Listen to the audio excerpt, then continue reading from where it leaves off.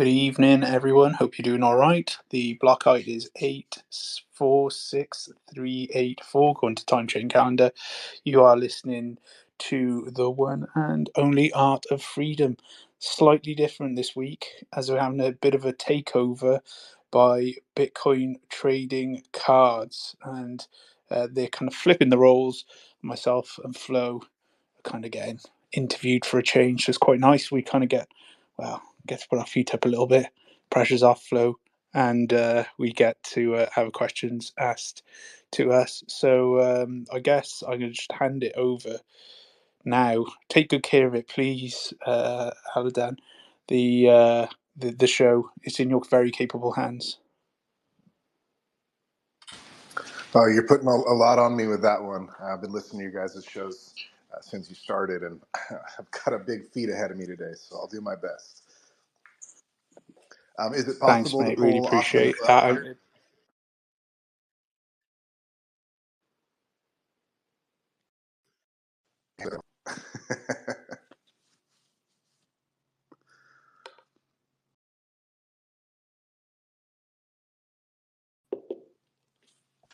to just kind of get some of your guys' feedback on a few different things, just in the Bitcoin space, and how much I believe creativity really is one of the biggest catalysts for this mass adoption we're on, to make the positive impact and get Bitcoin out to the world. I know we have all kinds of creators out there, from educators, artists, musicians, some amazing people creating documentaries that are just mind-blowing. What's coming out of the Bitcoin space has just been incredible. I mean, I think the last couple of years I've seen more and more of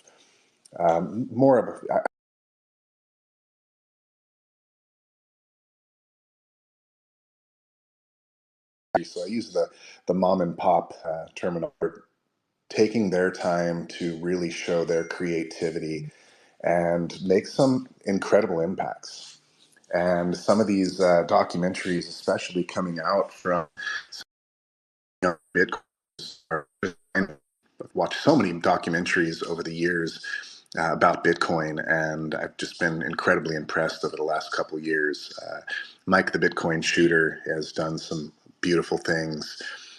We've got Kinetic Finance, Julian and his team, that are putting out some incredible documentaries. So just across the board, I'm seeing more and more of these mom and pop creators that are putting their love and passion that they have for Bitcoin, they have for making this positive impact the world needs so to help spread the word.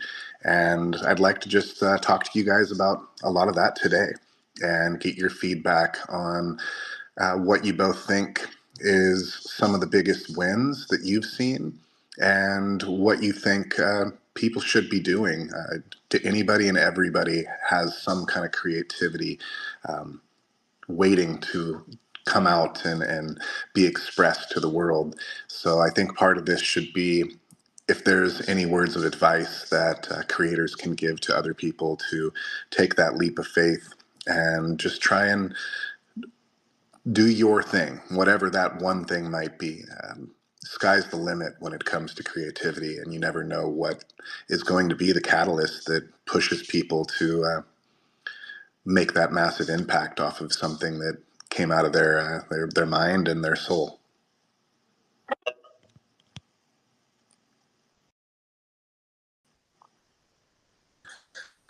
So, Noah, you on here? Yeah, what's up, guys? How are you? Can you hear me? I can hear you. I can hear you. I think Flo's just having a bit of I think we're having a bit of an issues at the moment, technical issues, but I think we're trying to sort them out right now to try and get her on.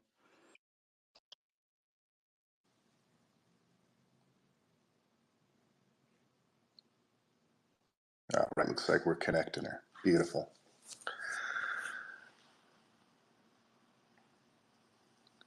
So let's start out here. I'm sure everyone should know who the two of you are, as this is your spaces we're taking over today. But for anyone that maybe is new. I know this is recorded, and we've got a lot of the Bitcoiners in our Telegram group. Um, will hopefully be listening back to this if they can't make it in today. So it would be wonderful if we can start by just getting a quick introduction for the two of you.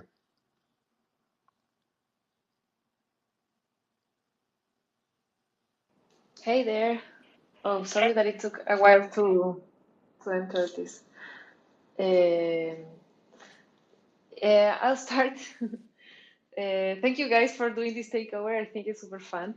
I'm a Chilean artist. I do physical Bitcoin artworks, and I also work in marketing for different companies. And I've been doing this since 2020. You want to go, Rebel? Literally just joined, so I don't know what's going on. So sorry, I've just been cut out as well. You go first, Flo. Whatever it is you're going with, you go. So I just introduced myself like briefly. So maybe you should now like tell us what you do, who you are, so that people who is new and who is, I don't know, doesn't know our work can know who we are. Yeah, my name's Rebel Money. I've been manufacturing Bitcoin block since block, but Bitcoin Arc Descent since block. Was it 5854777, something like that? Just trying to represent and create Bitcoin and art in weird and wonderful ways. So, and exploring that as well, and that's kind of what I do through my art. And then also host this show every single week with Flo. We talk to incredible creatives in the space about their art and what's going on. I'm trying to have a kind of a place where we can all hang and throw ideas and introduce ourselves to this incredible technology, but celebrating it through art and culture. So I don't know if that's covered like most of the stuff you said there, Flo. Sorry, but the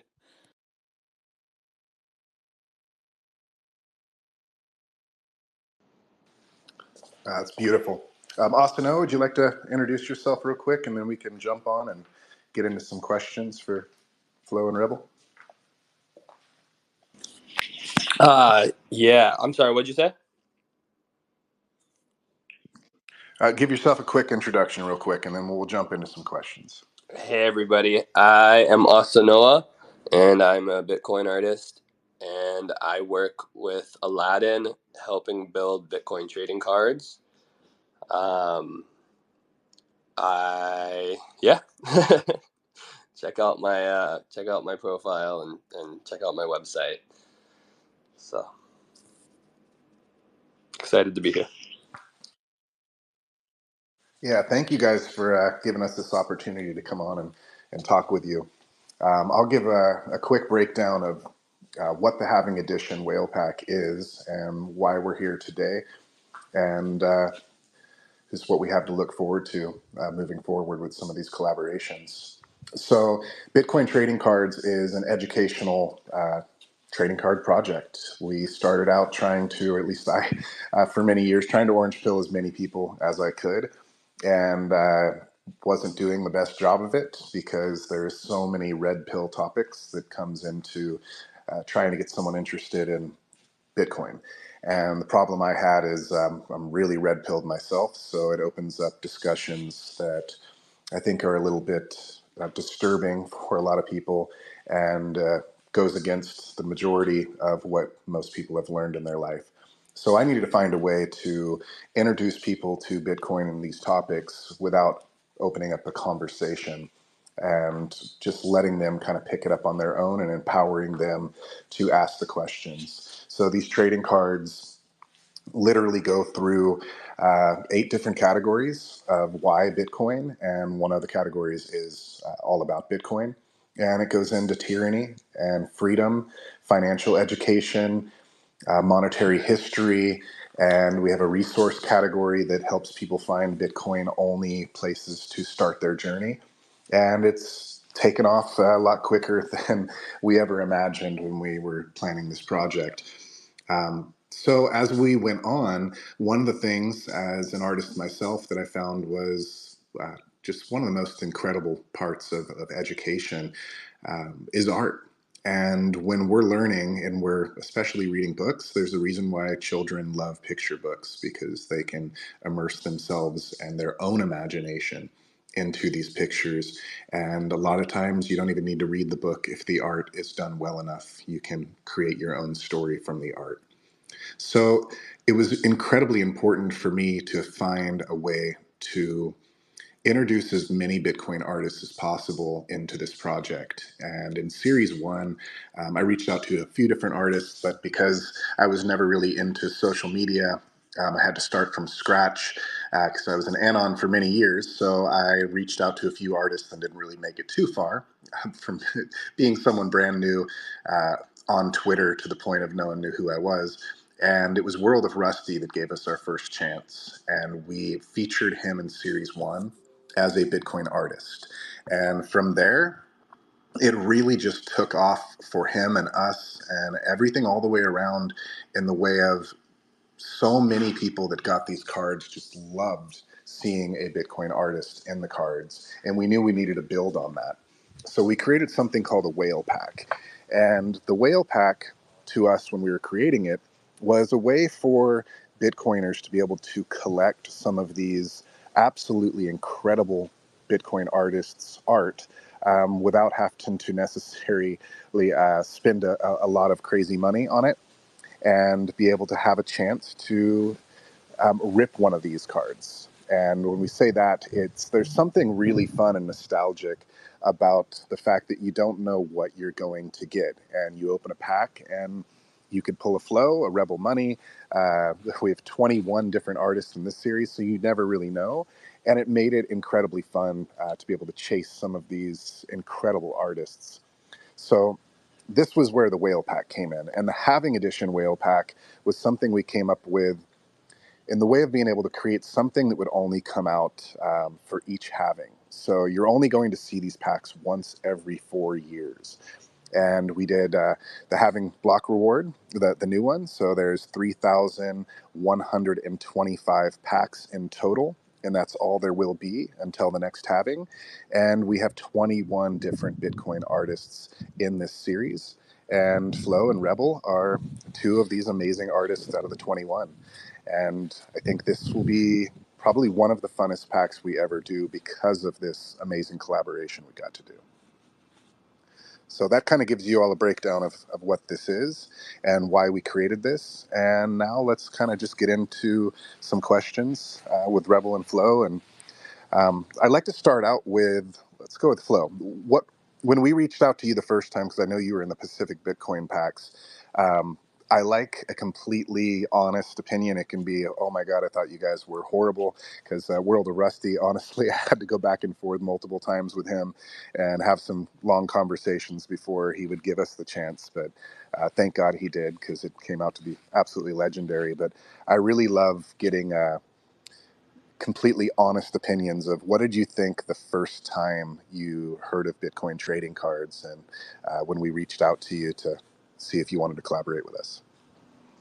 Yeah, for me it was a bit weird at the beginning because I didn't quite understand it first. I wasn't, I didn't used to play with these collectibles cards when I was younger. Like my brother used to have, like, I don't know, Pokemon, and I don't even remember the other's name. And here in Chile, we don't do that much of these like sports cards, but I have seen them in like movies and stuff like that. So it was at the beginning a bit weird, like, how is this? Is this a game? What is this? Like, and then when I understood like the idea, I thought this was super smart. And I remember when I think I was talking to Asanoa when we started doing that first card, and contrary, like I'm very happy and honored that you guys invited me, and I think I was more feeling more how do you say, like I was going to be a bit of a problem because I don't know how to edit properly my images. I have been learning, but at that moment it was like I don't know how to do any of this. I don't, computers don't like me, and I do everything by hand. And then people tell me like, do you have the image in I don't know, it's not pixels, the other stuff, like I had no idea what you guys mean. So I at the beginning I thought I was a bit like afraid, like, oh no, I'm not going to be able to have my card because I don't know how to do these things.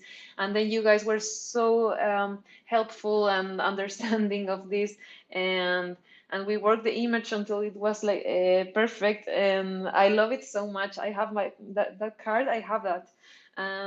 It was so cool. It was actually a gift from someone in Madeira. So he said, like, you have never seen your own card. Now let me give you one. And it was like I even I got to live through this. I think part of the ethos of the project, like this human side, like he wanted me to see it, to have it, and it was so special. And he actually asked me to sign his card because he had more than one, and it was super fun. So yeah, that was my first impression and experience. I love it. So have you pulled your own card yet? Because I know we sent you a box. Were you lucky enough to pull your own card? Yeah, no, I only opened two envelopes of my box because I want to enjoy it and open them slowly, and I don't want them to run out. So yeah. I have one. I think I got one from Asanoa, and I think I got one from Brecky. Oh, beautiful. Yeah. And what did you think about the educational part of the trading cards? That's what I think it's the most beautiful part of this project. So you're combining so beautifully the smart part with the fun. I think the fun element is key. I think it's really what we have. Look, the people who got into Bitcoin, like from when it started until now, I think are more technical people or like more close to it. I'm very lucky because I only got into Bitcoin because of my family. But we're running out of those cases, I think. And if you want people to really understand Bitcoin and to be close to it and to make that effort, because it's not free, like it's not that like, oh, this knowledge will enter my head just because I want to. You have to put the time and the effort into it. And I think now it's a time for fun. And I'm seeing this not only in, for example, in this beautiful project, I'm also seeing this in the Bitcoin events. I'm seeing that the conferences are not, you cannot take like the knowledge away, but it's like we're moving a bit far from everything being like super technical, super knowledge and educational in a, sorry to say, but in a boring way. And we're making it fun. Like we have to introduce the fun element because that's the way we can reach more people. And I think this project embraces that like perfectly. I love it. Yeah, I think there's something too about bringing it out of the metaverse or the matrix as much as possible, and being able to physically interact with not just the cards, but I would get and make these little paper wallets for people so that I could gift some sats to friends and family. And when I would hand them these physical pieces of paper or the ballet wallets and different things like that, so many people would say, wow, you can hold this? This is physical?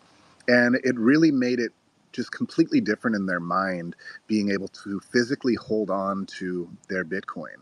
And there's no difference between a credit card or anything else in the way of when people imagine Bitcoin for the first time, they're going, it's completely digital. I can only interact with this through the internet. But when they can hold a paper wallet in their hand, it really changes everything. And I think that's a big part of just kind of making it feel more real and simpler to people to be able to physically hold something that they can say, this is my Satoshis. So I really love that aspect of the cards as well, because I have 3 kids, and getting them off of the screens as much as possible is incredibly important. And you have the sharing of this artwork in the cards, and obviously this could have been done digitally like anything else, but then when you're at the dinner table and you're passing around the phone and sharing the trading cards or art or anything, it's not the same at all as being able to turn those phones off, turn the devices off altogether, and pass around something physical without having any screens involved at all. Yeah, I agree completely. It's so different when you have something to touch, something. We understand the digital world because we are super, like, it's really part of our lives now, but still we are like, we are physical creatures. We try to move into this digital world and to be there, and I think we crave for the physical anyways, even if like you want to or not. So that's actually why I also think I do physical art. Some people ask, it's like, why, like, this has no sense, like it makes no sense for them, like, why is you're talking about digital money and you're doing physical art? And in that contradiction, I think it's where life actually happens. So yeah. Absolutely. So, Rebel, same question to you. When you first heard about Bitcoin trading cards and what we were doing, what was your first take on it? Well, I first kind of like, I think it was around Miami, to be honest, when I met you guys, and there was a big buzz around it. I kind of heard about you before, and then I kind of went up and talked to you guys, and I was like, "Oh, this is amazing! I love the project." When I kind of heard it, and then I realized, and then I think I got your message, got you on Twitter, and then I realized you'd actually sent me a message before, like about it was in my spam, so in between, like, the Nigerian princes selling me like my family fortune or whatever it is, and kind of Viagra pills and all that. And then you were there in the middle of like spam, and I was just like, oh my god, this is. And I think you trying to get in touch there. So first of all, I'd like to publicly apologise for not getting you in touch with you a little bit earlier than I should, because it was an epic project, and I absolutely love trading cards. And I've, contrary to Flo, I've been like a proper card geek since I was God knows how long. I remember like cracking open wrestling packs with like the Ultimate Warrior and Hulk Hogan in, and you talk about education. Like I remember, I could, that really taught me about Ultimate Warrior and Hulk Hogan's moves, their weights, their heights, everything around about that time. So I can appreciate how powerful those cards are. And then as I've kind of grown physically older, perhaps not mentally, then the kind of fascination has continued with trading cards, and collected Pokemon. And I'm still a keen Magic the Gathering player as well. So really enjoy the kind of paper-based Magic, as they call it. So the physical getting together in a room, opposite kind of an opponent or with friends, trading, talking, and just sharing good times over cards. And yeah, cards have been a really important part of my life. It's how I connected with my family. We played games. Had a really close relationship with my nan, by playing cards. She always used to beat me all the time, but that's fine. Good life lessons there. So thank you very much, nan. And yeah, so cards have, I suppose, been a really important part of my life. And God, when I was asked to do this, I was like, yes, please. I really want to be part of this cool project, this cool community as well, which is the other thing is awesome. I think Flo's already kind of hinted at it, but I got to be honest, I can't remember the person's name, but when we were over in Madeira, it was class because I posted a quick thing in your group, and whoever shouted out 00 in the gallery got one of my tiles from the Genesis mask. And so one of your community was just shouting out 00, 00, 00. So I was like, oh my god, what the hell's going on? Is there some kind of fire alarm, etc.? So yeah, so I met that person. I believe that was the person that gifted Flo her card as well. And so just a lovely group of people. It's a great project. I absolutely love it. And yeah, so just really proud to, I'm really humbled to be asked as well. So thank you very much, mate.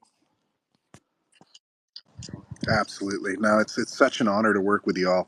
I've been in the space since 2016, and seen a lot of the artists from the beginning. We had Marcus Connor in here for a minute. Watching him was amazing, all the way back when I first got in, and then just seeing more and more amazing Bitcoin artists show up and just create incredible work. And it was a dream to maybe one day be able to just meet some of you at a conference or something, but honestly never imagined it would work out to where we would be able to collaborate, and I would have the opportunity and the honor to be able to work with all you amazing artists in the space. So it's really a dream come true, and it's hard to even fathom how incredible it really is. Being an artist myself and looking up to so many of you, it really is amazing. Hey, Rebel, can you make me a co-host, and or can you pull Rare Skrilla and Adam Cadman, offer them a speaker invite, please? Yeah, I can't make you a co-host. I think it's only 2 maximum, sadly. But I will put Ray Skrilla and Adam up as well now. Sweet. Yeah, if you could shoot him an invite. Yeah, we had both of them in the packs as well. So really cool to have you guys here with us. So yeah, one of the things that I really think having these artist collections in the packs that is so special, and I can attest for this myself. There's only so much room on your walls, and we can collect all kinds of Bitcoin art from the amazing artists, but where do you put it? And is it really? I think it takes away so much of the amazing experience owning the art but not being able to display the art. And again, there's only so much room on your walls. So the trading cards are really amazing in the way that they're such a small piece that you can collect so many different artists and these cards, and you can on display, and it doesn't take up room after room after room to be able to do this. And then being able to find the card and chase the art, I think, is really special as well. If you do have the room on your wall for some of your favorite pieces, so it can go either way. You either already have the piece of art and you're chasing the card, or you have the card and now you're chasing the art. So I think that's one of the things that I love the most about putting the Bitcoin artists in the cards, is having the ability to display so many incredible artists and actually have the room to do it.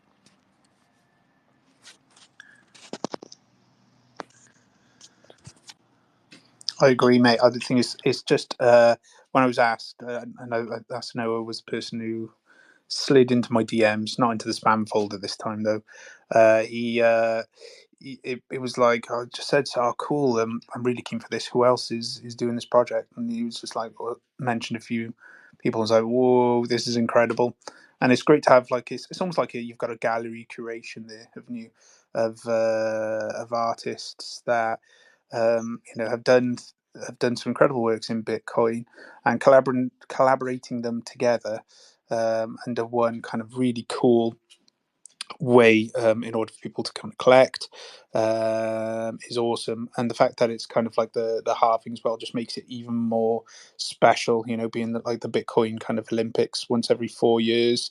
Getting the art out there, and almost like a snapshot kind of what we're thinking at this point in time in our Bitcoin history, our thoughts, the way we kind of perceive Bitcoin, what are the issues that are most important to us at the moment. And like Flo's piece is a great example of kind of Bitcoin as a life raft.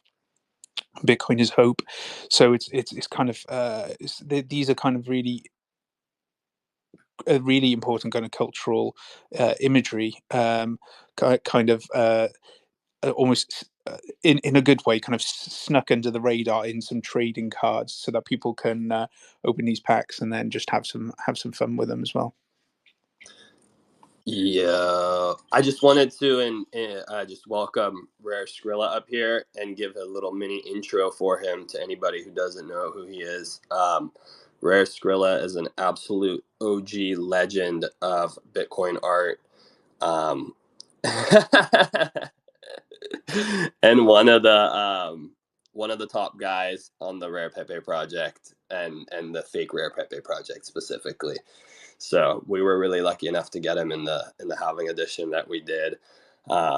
As far as how do I say, memorializing Bitcoin art goes, and that is part of what Bitcoin trading cards is doing, is memorializing Bitcoin art, and a lot more than Bitcoin art just the Bitcoin pop culture and Bitcoin education, of course. So it was really exciting to get Rare Skrilla in there. And if anybody doesn't know who he is, you should go and give him a follow for sure. Welcome up. Yo, what up? Yeah, thanks for having me in the trading cards. Honestly, super dope. I love this collection that you guys started. I was telling homie that I got robbed in Miami last year for my fucking Bitcoin trading cards. I'd opened one pack and I had I had like the gold joint or something sealed. I paid a fucking ton for it. And then a Uber driver fucking robbed me and I pulled out some gold foil joint. And I was like, what the hell's going on? But anyway, that was my intro to Bitcoin trading cards at the I think it was 2022 gallery. But yeah. Ouch. That's similar to Tatum Turnup, who had Series 1 packs in his car, and his car was literally stolen. Then it was in, there was some kind of fentanyl thing revolved in it, so then he had to go down and figure out what's going on when they found the car. And long story, hopefully Tatum will come out with, but the stories behind some of these cards of what happens afterwards has been wild. That's the first I've heard of that one. So we got your box coming your way, so we'll fill it back up. Just to clarify, everybody too, as far as we understand, Tatum wasn't actually involved himself with any fentanyl. It was the tweakers that stole his car. There was fentanyl residue or fentanyl of some kind in the vehicle after it was recovered. We could have left it open-ended for Tatum, but thank you for clarifying that, Asano.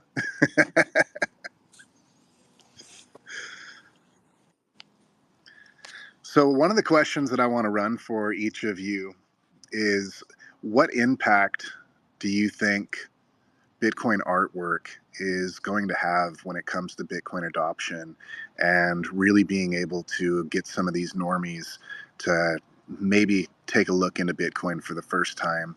And do you think it'll have potentially a better impact in the beginning than potentially a podcast or some of these educators that, honestly, in my opinion, unless you really take the time to dive in, most people that I've seen, and I try every single day to orange pill everywhere I go, it just comes off so confusing to so many people right off the bat. So I feel like you need to just spark some kind of interest in them first. And do you think art potentially has that potential for a lot of the newbies? Now, obviously, there's the intellectuals that are going to be able to jump right into a podcast and go right into the educational parts. But when it comes to your everyday person, do you think art is going to be that first catalyst that really has the most potential to get people to take the time to look into Bitcoin? Whoever wants to start on that. I think Yeah, I art's a can go. good. Oh, go ahead, Florence. I think it's weird. It really is super weird because, for one side, images do have can be more powerful than words. Like one image can be so many words in itself, and maybe even with less effort for the person sometimes. Other times it takes a lot of effort to understand what the hell we're doing. But also, I have an experience here, like one of my mom's best friends or something like that. So she is not into Bitcoin and she doesn't like it because, she bought a bit and then her husband got really greedy and then he lost money on the shitcoin casino.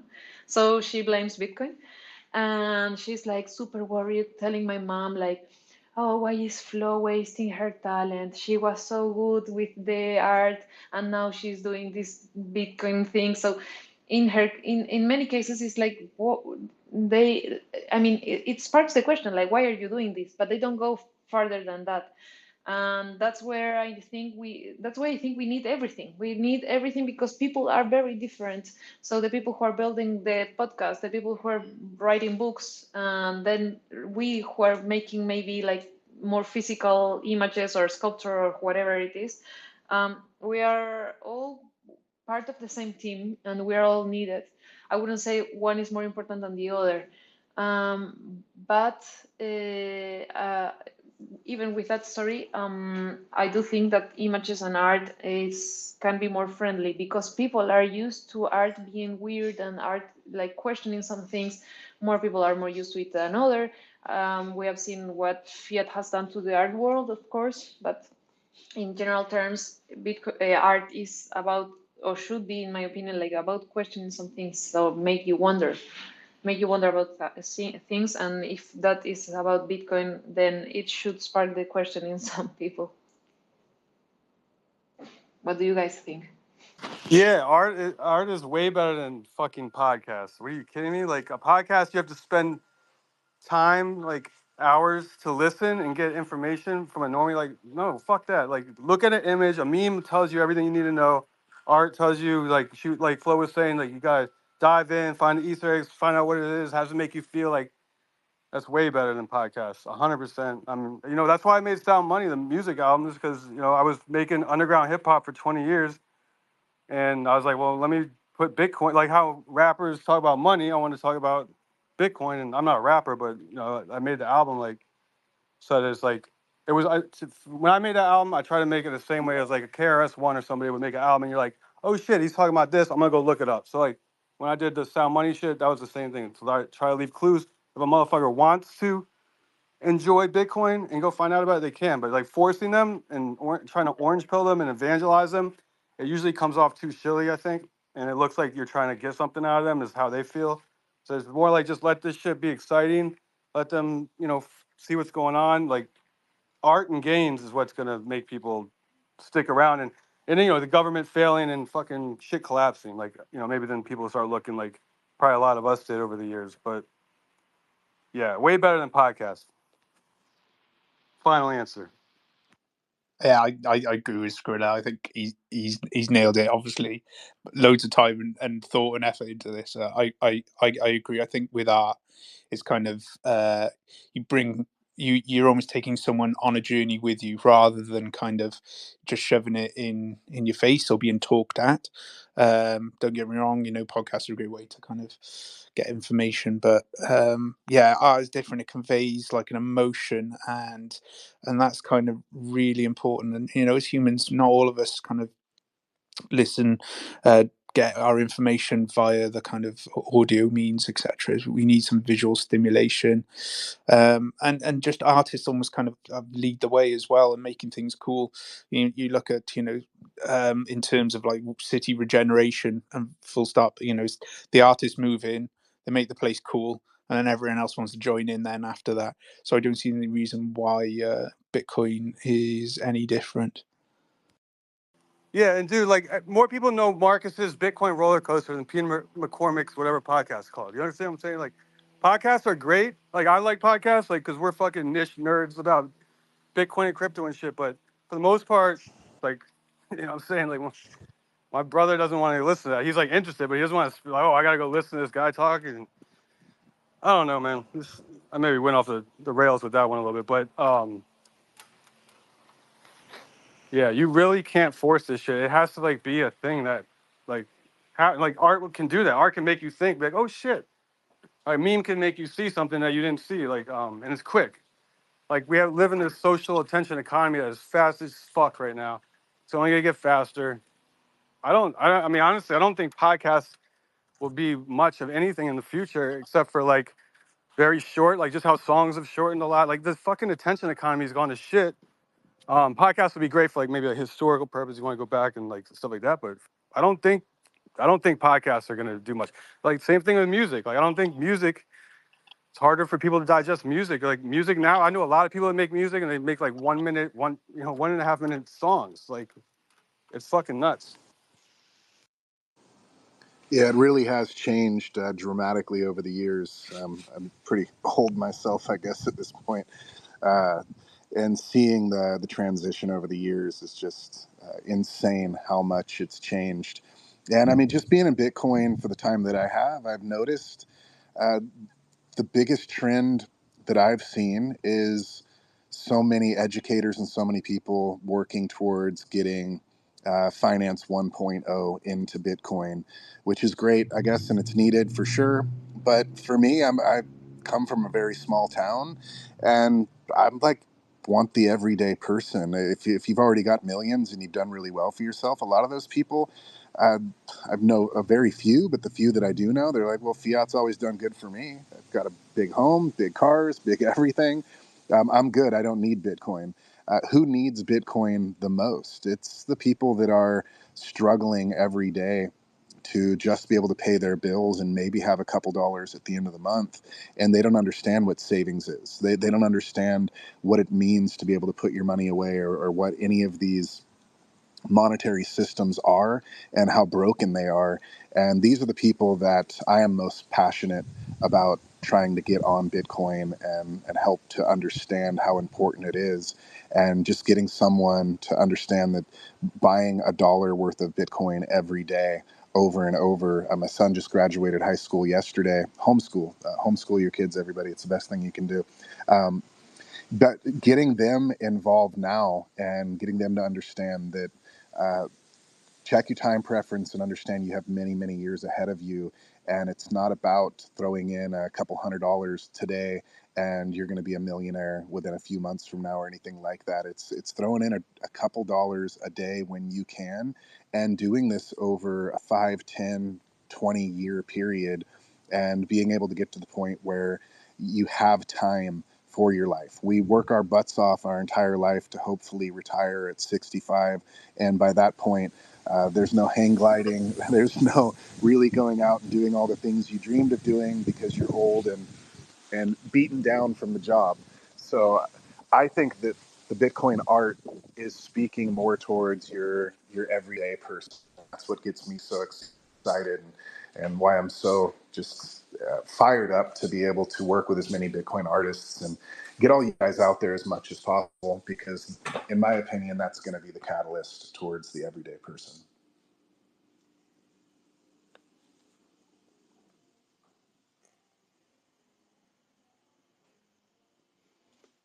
So Asanoa, do you have a question for the crew? Yeah. Um, I wanted, I guess just a little bit of a genesis question for each of you guys.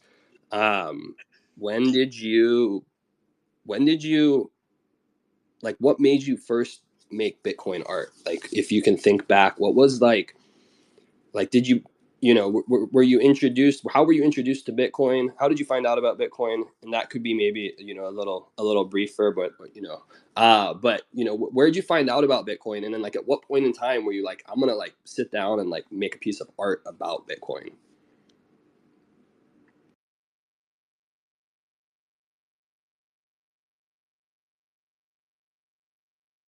Flo.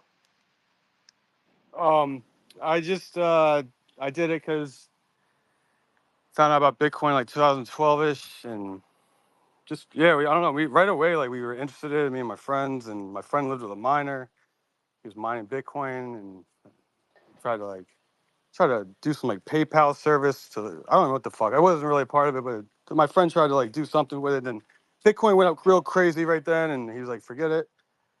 And I was like, well, what can I do? What is this thing? And I was making, I was trying to make a music album at the time. I was trying to think of like a concept, and I was like, well, fuck, this Silk Road shit is crazy. It would be dope to kind of like focus on presenting a story about Silk Road through like an audio way. So I spent all 2013 and dropped the album in 2014 called Silk Road, and that was really like my deep dive into like Bitcoin and making art. And I tried to sell it for Bitcoin, and it was like awful experience because there's like 3 websites up. They're like libertarian country music sites, and I'm sitting here with like a, no offense, like, I like country music, but it's like I got this hip hop kind of underground shit and about Bitcoin. And so actually the only person that picked it up out of all the press was like the Washington City paper and the Bloomberg News, because like Bloomberg News thought like Silk Road, Dread Pirate Roberts was putting out an album, which is funny.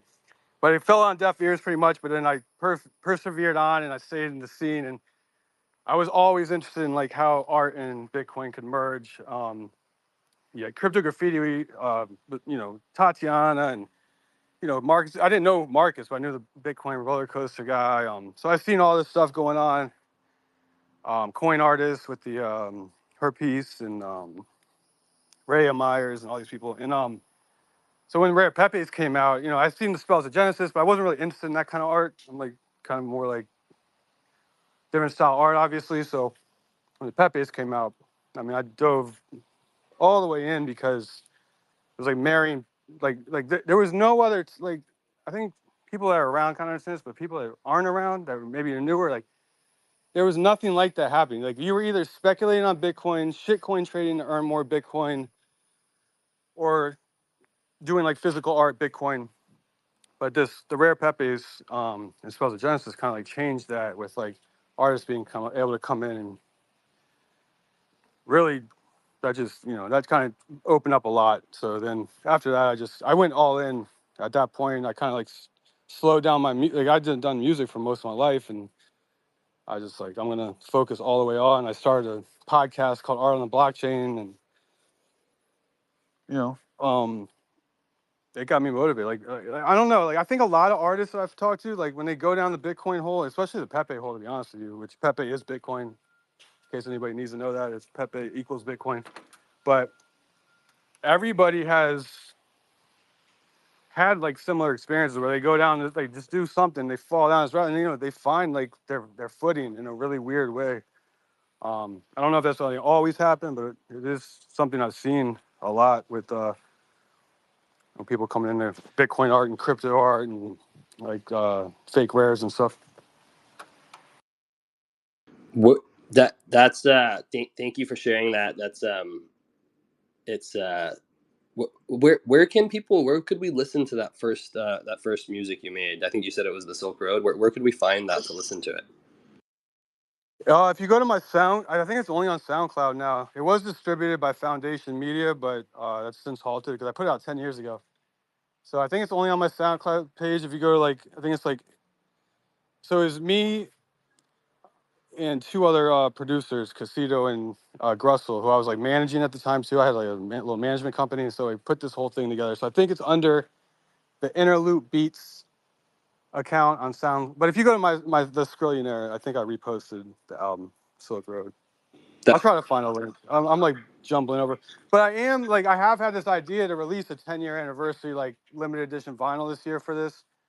But I think I might have dropped the ball. It takes forever to get vinyl, but yeah, I would love everybody to go listen. But it's 18 tracks, and it's like this, like not to get on a tangent, but I literally tried to make this album like about Silk Road, but I had probably like 40% of the songs have rappers on it, and like none of the rappers knew anything about Bitcoin or Silk Road or anything that thing. So I'm like sitting there kind of like, and me too. I'm like a noob at the time too. So like we're trying to like formalize this way, and the album's pretty interesting because it really like it talks about Bitcoin a lot on there, but it really like it feels more like even like a sound. I kind of think it's more like a soundtrack to like the dark web, and Bitcoin is like the currency of that. If that makes sense.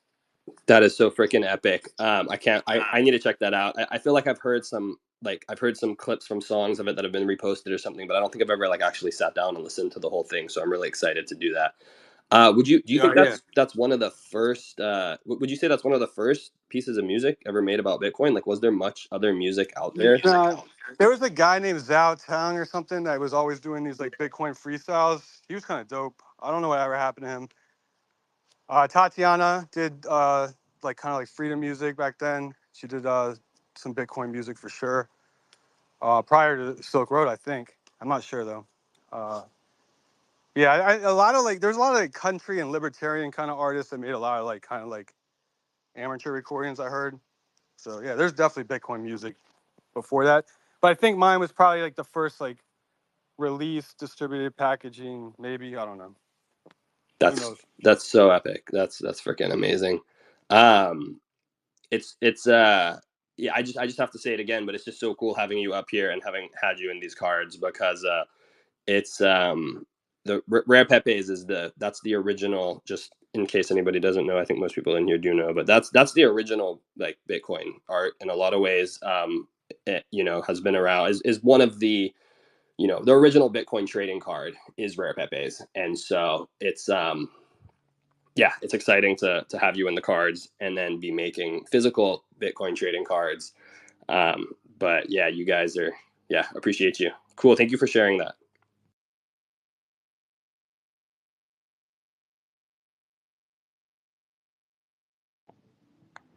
Flo, you want to go next? I know we got a little bit of time here before our time's up, so we'll let you guys kind of wrap it up. Yeah, I don't mind hitting off. So, yeah, I kind of got into Bitcoin art after I was kind of like very boots on the ground kind of protest against kind of the government, and it was actually at a protest that someone mentioned Bitcoin, and that's that was kind of the final kind of touch point that I needed. I think I was kind of mining Bitcoin just because I saw it on the internet kind of in 2014. I just kind of set up a wallet, and I don't know where that is now. I don't have the keys or anything, but it just kind of went. And then the final part was where someone said to me, the only way you can really hurt these people is through their wallets, and so that kind of got me thinking, and went down the kind of rabbit hole there, and just started scribbling some stuff down, and then kind of started taking Bitcoin art a lot more seriously during the kind of pandemic period, where actually, funnily enough, the guest on the show today, Skrilla, was there. So I set up this kind of arts and culture Bitcoin website with a couple of other guys called 21ism, and it's still out there, the website today. Actually, the interviews are still on there. So my first kind of ever uh, order of business, first ever job, was to interview Skrilla. So that was an interesting experience, and kind of he threw me in the deep end there, and he was great to talk to you, man, and thank you for green pilling me as well there with Pepe. That was great fun, and I had so much fun there over the years with that. The second interview I did was with Crypto Graffiti, so probably could have retired after that, So got kind of two massive names there, and then but I'm glad I didn't, because then met Flo, Madex, Petek, a few others then, and that kind of got me thinking. Do you know what? I was doing street art at the time, and I was just kind of like, do you know what? I could actually. The real protest is like with Bitcoin art. That's the kind of the place where I want to be, and since then just started taking it a lot more seriously, and you can see kind of on my site, like, where some of my early pieces are very much spray heavy, which is very kind of keen to what I did before, and my later pieces don't look like street art whatsoever. But that's a great thing about Bitcoin, because it kind of forces you to get better, to find new things out, to explore, and make the best possible art you possibly can.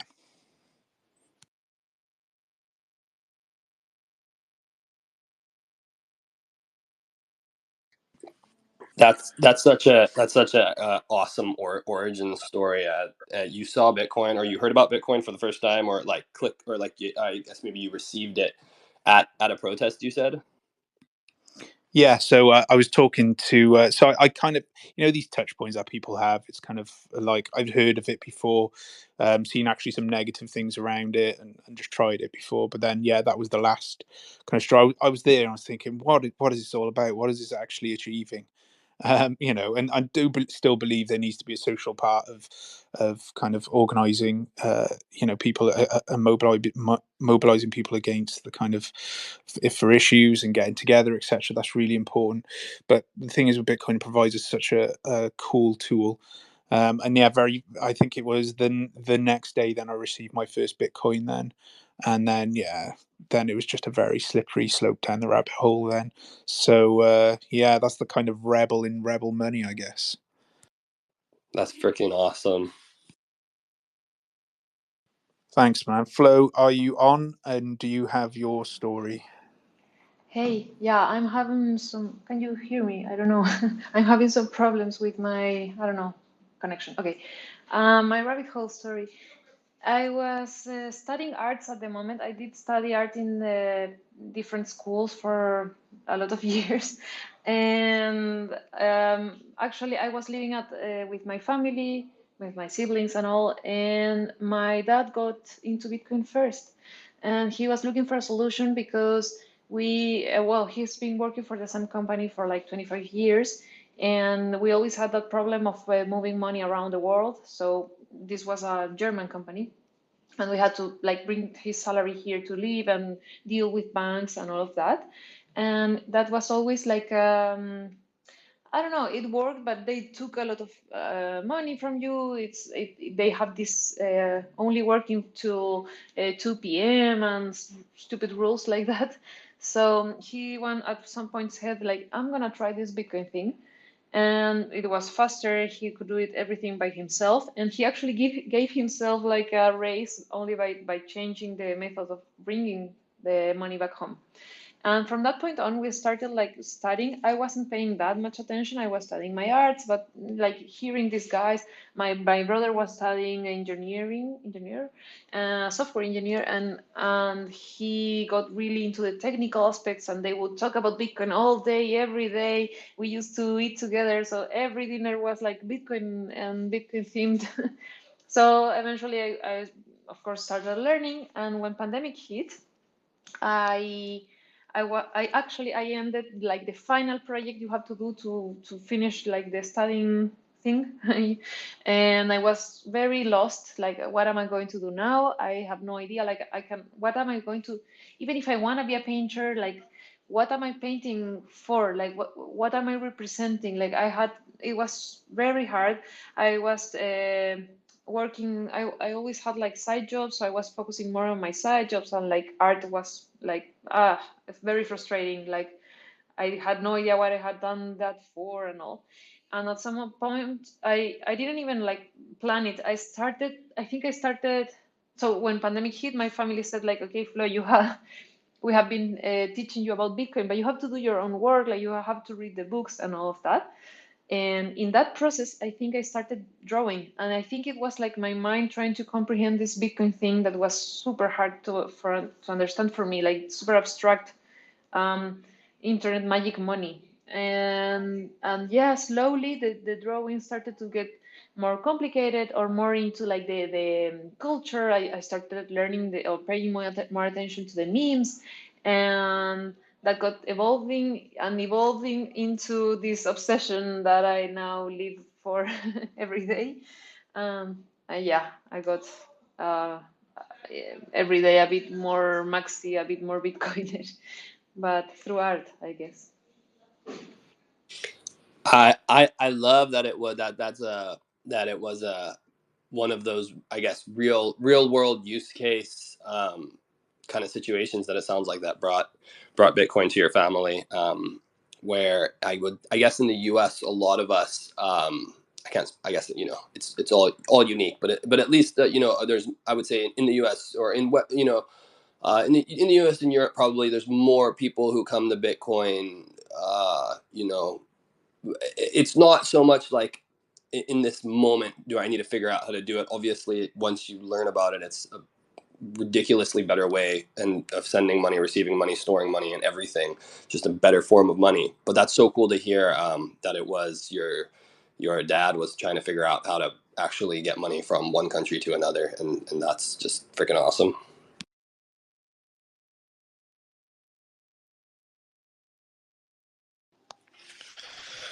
Well, I know we hit our time here.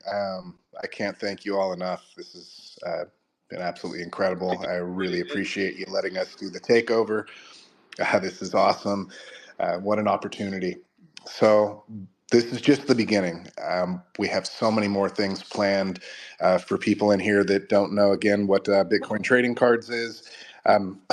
It's the scarcest trading cards on earth. If you're going to teach someone about Bitcoin, then you better make it scarce. And I believe the scarcity of the trading cards is probably that first learning experience of the importance of Bitcoin. If you don't understand the importance of scarcity or what that even means, then probably never understand why we are so bullish about Bitcoin. So I greatly appreciate all of you. And again, this is just the beginning. We've got a lot more things in store as we move forward. We'll be in touch with all of you. And yeah, just thank you so much. Stay on the mission. and keep creating, because this is the renaissance we're in right now. It's the Bitcoin revolution, and it is the creators that is going to usher in this bright orange, amazing new world. And let's kick some ass. Yes, definitely. Thank you so much for yourself and Asanoa for taking over this show. Really love you to do it again at some point. It's really cool. We love your work. Massive fans here on the Art of Freedom. Thank you very much for everyone for listening, and we'll do this every week at the same time. I think Flo is on next week, so if you really enjoyed today, please come on back and have a listen. And yeah, I can't wait to see what you guys are doing with the latest card sets. And are you guys heading to Nashville? We will be at Nashville. Yes, we're bringing it. Amazing. So we'll see what we're bringing it. I'm excited, and we'll have to meet up again and get that Bitcoin trading card community buzz as well. So thank you very much. Any final words at all, Flo, from you?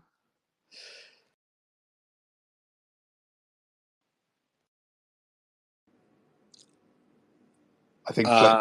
I don't know. Sorry, man. I think Flo's had some audio issues. Sorry, Asano. Any final words from you then? Yeah, I just wanted to say thank you so much, both of you, for hosting this space, and you guys have been staying real consistent with it. It's really exciting to see this happening, as there hasn't, I don't think, been a weekly dedicated Bitcoin art space, at least not one that I know of. So this is really awesome. I appreciate you guys for letting us come onto your show to interview you. And I also wanted to mention that Aladdin and myself will be interviewing and speaking with the rest of the artists that were in the halving edition whale packs that Bitcoin Trading Cards just released. So we're going to be going through and having some spaces with everybody who's been in the cards. I really appreciate both of you guys. I'm excited to see you. I don't know if Flo's going to be at Nashville. I think so. I hope so. But I'm excited to see you there, Rebel. And yeah, just want to say thank you. Thank you to all the work everybody's doing. There's a lot of people in the audience here who are doing a lot for Bitcoin, and I just want to say appreciate all of you. Mopar Mining, Marcus is there, Kisa, Simplest Bitcoin Book, Caroline Danner, We Are 2140, Cypher. Yeah, just freaking A. Sam, I see you, Daniel. I appreciate all of you guys so much. Awesome. So until then, have an amazing creative week. Hopefully your creative batteries are now full up. Go out and